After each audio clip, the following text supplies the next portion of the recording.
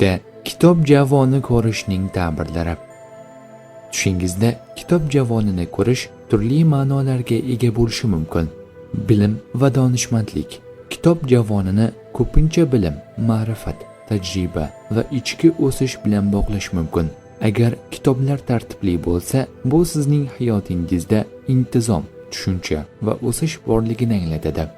Hayotiy tajribalar va xotiralar. Kitob javoni o'tgan hayotingizdagi voqealar, tajriba va xotiralarni ifodalaydi. Kitoblar siz o'rgangan saboqlarni anglatishi mumkin. Yangi bilim izlash. Agar siz tushingizda kitob javonini qiziqish bilan ko'rayotgan bo'lsangiz yoki kitob tanlayotgan bo'lsangiz, bu siz hozirda yangi narsa o'rganishga tayyor ekanligingizdan darak beradi. Ichki izlanish yoki savollar. Bo'sh kitob javoni siz javob izlayotganingizni yoki hayotingizda ma'no yetishmasligini bildiradi. Agarda tushingizdagi kitob javoni chang bosgan bo'lsa, qadrlanmagan bilimlar yoki unutib qo'yilgan istaklardir.